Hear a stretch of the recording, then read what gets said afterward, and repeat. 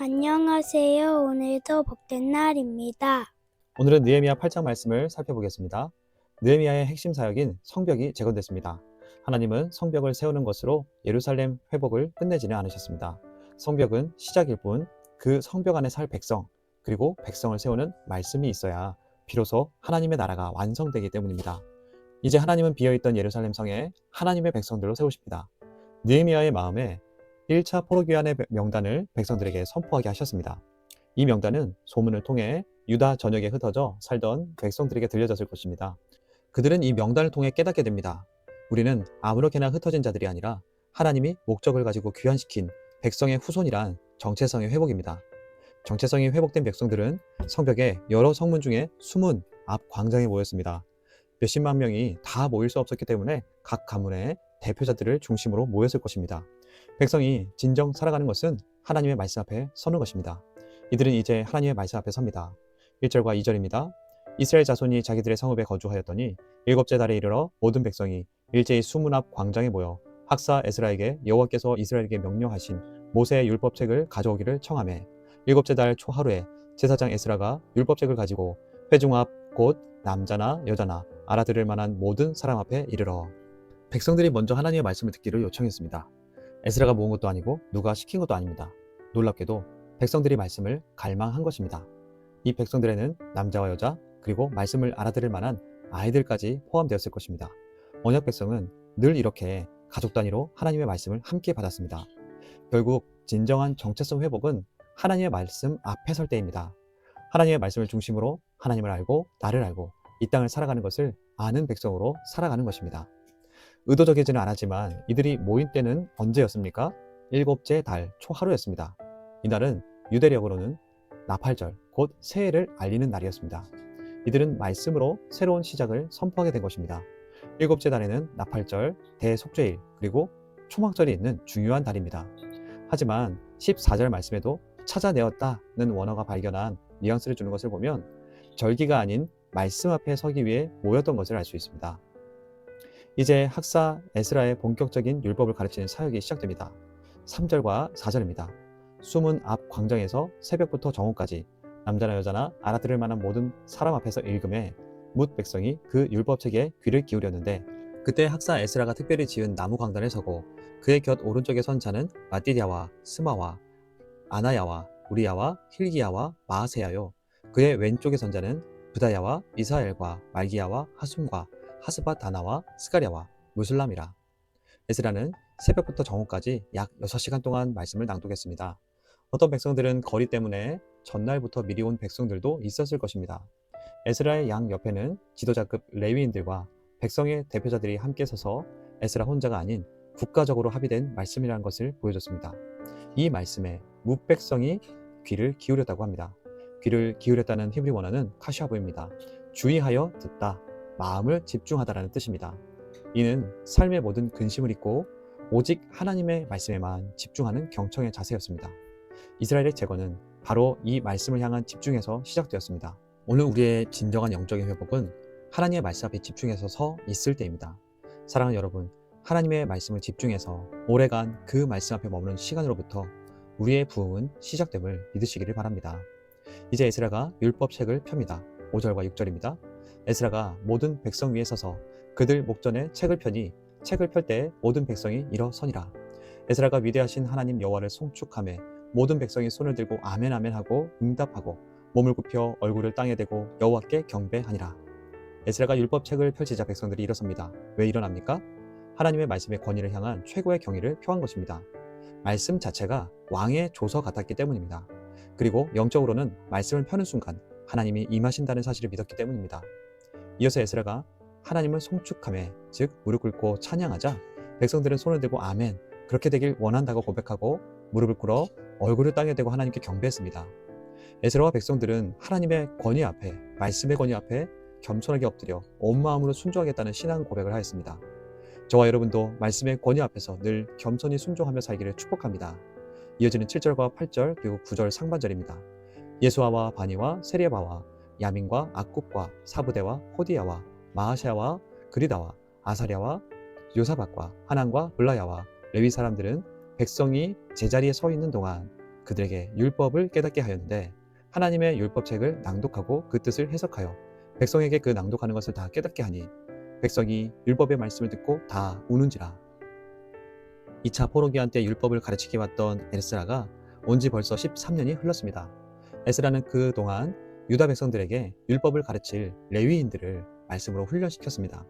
그렇게 훈련된 7절의 레위인들은 백성들 사이사이에 들어가서 율법을 깨닫게 했습니다. 히브리어 비는 분별하여 이해하다는 뜻으로 백성들에게 말씀의 의미와 그들의 삶에 어떤 연관이 있는지 그리고 어떻게 살아가야 하는지를 깊이 통찰하도록 도왔습니다. 말씀이 와닿자 그들은 어떻게 됐습니까? 말씀을 듣고 다 우는지라. 그 말씀 앞에서 얼마나 불순종하고 죄인이었는지를 깨달은 회개의 통곡이었습니다. 무너진 성벽보다 더 심각했던 것은 말씀이 없어 무너졌던 영적인 삶이었음을 깨달은 것입니다. 이 눈물은 이스라엘의 진정한 영적인 회복을 알리는 시그널이었습니다. 사랑하는 여러분, 우리의 진정한 회복은 하나님의 말씀 앞에 서서 애통하는 마음에서 시작되는 것입니다. 이어지는 9절에서 그리고 10절, 12절까지의 말씀입니다. 총독 느헤미야와 제사장 겸 학사 에스라와 백성을 가르치는 레위 사람들이 모든 백성에게 이르기를 오늘은 너희 하나님 여호와의 성일이니 슬퍼하지 말며 울지 말라 하고 느헤미야가 또 그들에게 이르기를 너희는 가서 살찐 것을 먹고 단 것을 마시되 준비하지 못한 자에게는 나누어 주라. 이날은 우리 주의 성일이니 근심하지 말라. 여호와로 인하여 기뻐하는 것이 너희의 힘이니라 하고 레위 사람들도 모든 백성을 정숙하게 하여 이르기를 오늘은 성일이니 마땅히 조용하고 근심하지 말라 하니 모든 백성이 곧 가서 먹고 마시며 나누어 주고 크게 즐거워하니 이는 그들이 그 읽어 들려준 말을 밝히 알미라. 백성들이 회개의 눈물을 흘리자 지도자들은 그들을 위로하며 선포했습니다. 오늘은 너희 하나님 여호와의 성일이니 슬퍼하지 말며 울지 말라. 이날은 나팔절입니다. 유대의 원력으로 새해의 시작을 알리는 날로 나팔을 불어 하나님 앞에서 백성을 소집하고 기념하는 날입니다. 그동안의 죄를 율법 앞에서 회개하며 다시 하나님 앞에 시작하는 날이 되었으니 기뻐하라. 하나님은 자비로우시며 은혜가 충만하신 하나님이시다. 용서받은 자는 이제 슬픔 대신 기쁨을 누릴 자격이 있다. 여호와로 말미암아 기뻐하는 것이 너의 힘이니라 라고 말씀한 것입니다. 여기서 힘이란 단어 마오즈는 요새 피난처라는 의미로 하나님이 기쁨의 근원이란 말씀입니다. 너희가 세상에서 얻는 재물이나 권력이 너의 힘이 아니라 하나님 안에서 누리는 기쁨이야말로 너희를 견고하게 지켜줄 영원한 요새다 라는 것입니다. 백성들은 이 말씀을 듣고 먹고 마시며 나눠주고 크게 즐거워했습니다. 그들은 말씀을 통해 회개했을 뿐 아니라 하나님의 은혜와 용서를 깨닫고 진정한 기쁨을 회복했습니다. 복음을 경험한 자는 자신이 얼마나 큰 용서와 사랑을 받음을 경험함으로 그 기쁨과 사랑을 나눠줄 수 있는 자가 되는 것입니다. 이어지는 13절과 14절 말씀입니다. 그 이튿날 뭇 백성의 족장들과 제사장들과 레위 사람들이 율법의 말씀을 밝히 알고자 하여 학사 에스라에게 모여서 율법에 기록된 바를 본즉 여호와께서 모세를 통하여 명령하시기를 이스라엘 자손은 일곱째 달 절기에 초막에서 거할지니라 하였고 말씀을 통해 기쁨을 회복한 백성들은 다음날 곧바로 말씀을 더 밝히 알고자 에스라에게 나아갔습니다. 그들은 말씀을 읽다가 초막절 규례를 발견합니다. 초막절은 하나님께서 광야 40년간 이스라엘 백성들을 보호하시고 인도하신 은혜를 기억하고 감사하기 위해 지키는 절기입니다. 또한 수확한 것에 대한 감사도 고백합니다. 7월 15일부터 일주일간 지킵니다. 백성들은 말씀대로 이 절기를 지키기 위해 율법대로 준비를 시작합니다. 15절에서 18절입니다. 또 일러스되 모든 성읍과 예루살렘에 공포하여 이르기를 너희는 산에 가서 감람나무 가지와 들감람나무 가지와 화석류 나무 가지와 종려나무 가지와 기타 무성한 나무 가지를 가져다가 기록한 바를 따라 초막을 지으라 하라 한지라. 백성이 이에 나가서 나뭇가지를 가져다가 혹은 지붕 위에 혹은 뜰 안에 혹은 하나님의 전뜰에 혹은 숨은 광장에 혹은 에브라임 문 광장에 초막을 짓되 사로잡혔다가 돌아온 회중이 다 초막을 짓고 그 안에서 거하니 눈의 아들 여호수아 때로부터 그 날까지 이스라엘 자손이 이같이 행한 일이 없었으므로 이에 크게 기뻐하며 에스라는 첫날부터 끝날까지 날마다 하나님의 율법책을 낭독하고 무리가 이래 동안 절기를 지키고 여덟째 날에 규례를 따라 성회를 열었느니라. 백성들은 여러 곳에서 초막을 지었습니다. 에스라 3장에서도 1차 포로 귀환한 스룹바벨과 백성들은 초막을 지켰습니다. 하지만 본문 17절에 여호수아 때부터 이같이 행한 일이 없었다고 기록한 것처럼 율법대로 완벽하게 순종해서 지킨 것을 말씀합니다. 그만큼 이들이 말씀에 대한 순수한 순종을 통해 하나님과의 관계를 회복하고 광야의 은혜를 기억하겠다는 공동체의 헌신이었다는 것을 말씀하는 것입니다. 그리고 율법대로라면 7일간 가정의 가장이 율법을 가르쳐야 하지만 이들은 이제 막 말씀으로 회복된 자들이기 때문에 이례적으로 에스라가 7일간 율법을 낭독하는 은혜의 시간을 가진 것입니다. 하나님은 느헤미야 이후의 세대와 우리에게 말씀하십니다. 너희의 진정한 영적인 회복은 하나님의 말씀 앞에 서는 것이다. 너의 염려는 어디로부터 오느냐? 내 삶의 진정한 기쁨의 힘은 무엇이냐? 여호와로 말미암아 기뻐하는 것이 너희의 힘이니라. 세상이 주는 일시적인 안정이나 쾌락이 아니라 하나님이 우리의 기쁨의 근원이라는 것을 믿고 붙들어야 한다 말씀하십니다. 또한 말씀하십니다. 백성들은 말씀의 의미와 그들의 삶에 어떤 연관이 있는지, 어떻게 살아가야 하는지를 깊이 통찰했습니다.